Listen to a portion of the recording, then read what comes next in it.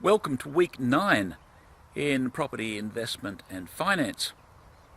This week we're going to be looking at interest rate theory.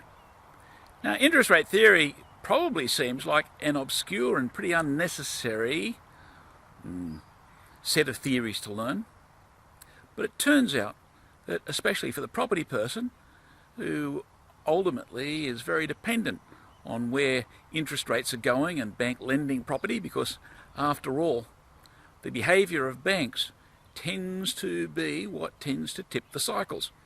When banks are lending a lot, we have property booms. When we have the banks tightening up, we suddenly have depressions and recessions and property crashes and so on. So we should be very, very interested, not just in what interest rates are, but in why they are what they are, and that helps us to understand where they're going in the future. So this is an important topic for you to take pretty seriously. There's actually a deeper level of importance to interest rate theory.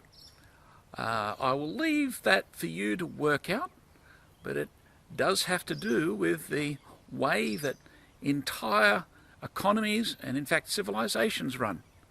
Because when we look at some of the ancient cultures, so especially ancient Greece, we find that their behaviours and changes in behaviour with respect to lending, and for that matter their changes in attitudes to interest rates, actually had a lot to do with the rise and fall of that culture. And we can see similar things in others as well. We don't actually get to that in this topic because that's a slightly different area, which maybe those of you who are interested might want to follow up later on. While we're looking at week 9, it's important to also start to take an interest in preparing for the exam, because after all, we've only got about 3 weeks to go, actually about a month before you will be sitting the exam, more or less. And so for some of you, you'll be starting to turn your attention to preparing for the exam. One of the important areas of exam preparation is the mathematical side of the exam. Already I've had some inquiries from students asking about how to best use the past exam papers to prepare and increase their confidence in the mathematical side of the exam. I think this is a very important question and very useful for you to think about, especially for those of you who eventually are going to go into this area of investment advice in general or investment in property in particular.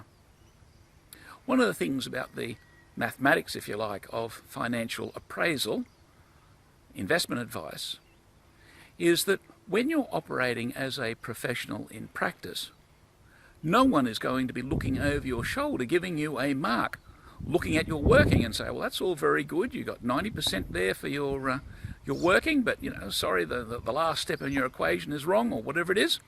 And guess what? You've given your client the advice to go and buy something, but in fact it's a dog and it's going to send them bankrupt. No one's going to be doing that in practice. Give some thought to this.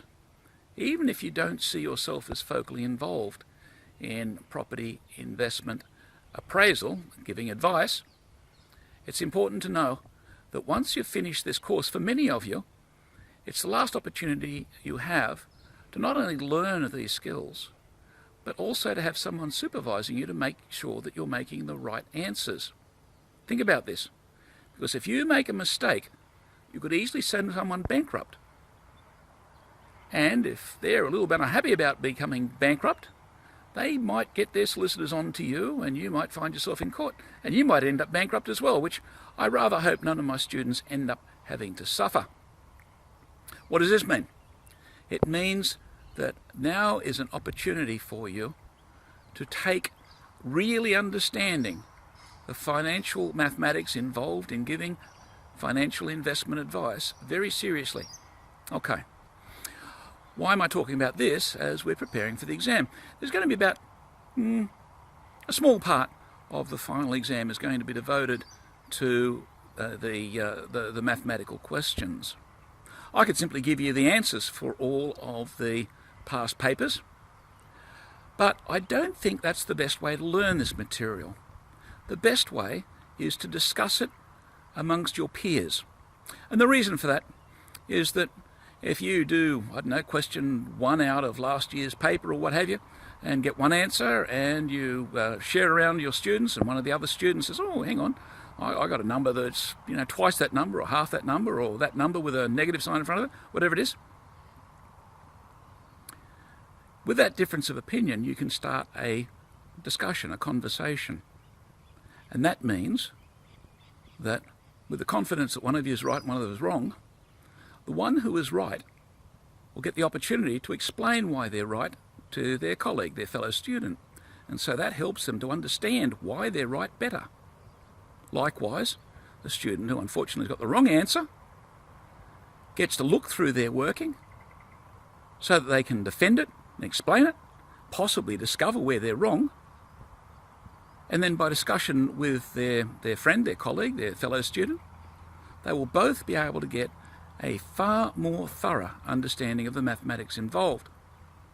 And this is really what I want for you guys, so that as you move out of this unit, you have this confidence to be able to explain and defend the mathematics you're using and why you're using it and so on, and perhaps to be able to confidently recommend to others who will probably be your colleagues at work in the professional practice why you've adopted a method that you have. And so for that reason, I'm going to be giving you a number of past papers. In fact, they're available already, but I'm not going to be issuing the answers, precisely because I believe that none of you will be disadvantaged by working them out yourself.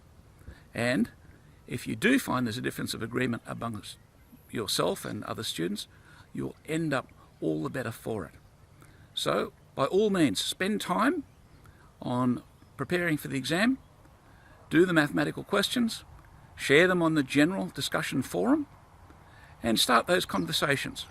While you're at it, and especially as we move closer to the exam, prepare exams, or maybe prepare answers for the short essay questions as well, perhaps in the form of a set of bullet points or what have you, and share those as well. And that way, again, start the conversations so that when you go for the exam, you'll be very, very confident that you have already refined your understanding, and not just the ability to write the right answer, but also to know why you've written the right answer. And that will give you the confidence and the flexibility and the mastery to be able to answer whatever questions you do actually find on this year's paper.